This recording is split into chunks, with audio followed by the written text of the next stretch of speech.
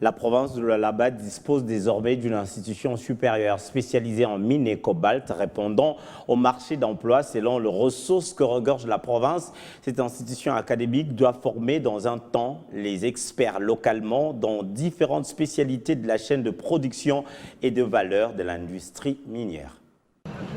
Lualaba, la plus grande province minière de la RDC, n'a jamais disposé d'écoles spécialisées pour produire les experts localement.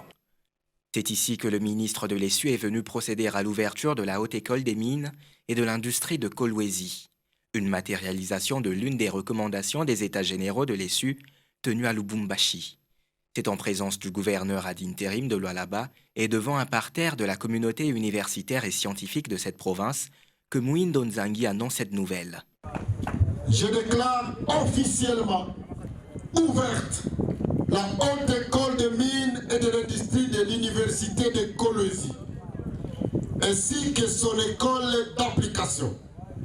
Elle leur souhaite longue vie dans le secteur de l'enseignement supérieur universitaire de la République démocratique du Congo. Cette haute école aura pour objectif de former les étudiants selon les exigences du marché de l'emploi et des réalités géographiques de la province, particulière dans le secteur des mines. Nous mettons déjà d'accord comment supprimer la faculté des polytechniques et orienter tous ces étudiants dans cette école, cette haute école des mines, pour que, suivez-moi bien, après une année, si vous trouvez que vous pouvez aller faire autre chose, vous avez un diplôme d'une année qui vous permet de travailler déjà comme technicien de premier niveau.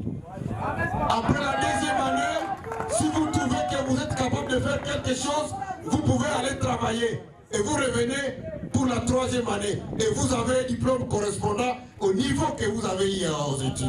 De son côté, la gouverneure Fifi Masuka s'est sentie honorée pour le choix porté sur sa province. Elle a vivement encouragé et félicité le recteur de cet alma mater pour les innovations de haute portée qui convergent à la visibilité de la province et la préparation de la jeunesse, gage de son développement durable.